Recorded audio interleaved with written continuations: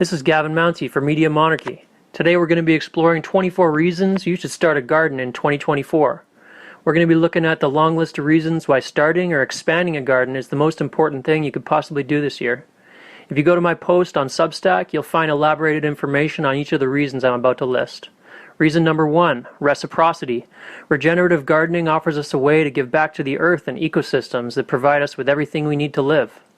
2, homegrown food is more nutrient dense. 3, homegrown food is more delicious. 4, growing food at home saves you money on groceries.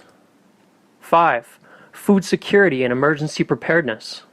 6, gardening to grow your own food and sharing the resulting abundance offers you a lasting sense of contentment and fulfillment that cannot be attained by any amount of money. 7, save money on medical bills. 8, live a longer and more full life. 9, growing your own food means you are boycotting large industries and institutions that do much harm to the earth. 10, growing your own food means living by example and showing the benefits of an extremely valuable life skill to the young ones who look up to us. 11, exercise. 12, growing your own food and medicine in a garden sabotages the plans of megalomaniacal oligarchs that want to control every aspect of our lives. 13, gardening strengthens, nourishes, and heals communities.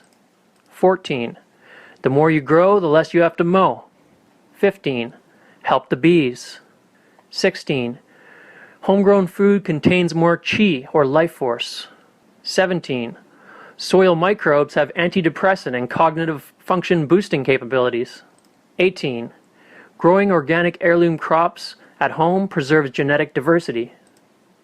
19, growing your own food nurtures a connection with your food and a lasting sense of gratitude. 20, growing a garden can also be a form of artistic expression, providing poetry for the eyes. 21, regenerative gardens provide habitat and sustenance for wildlife.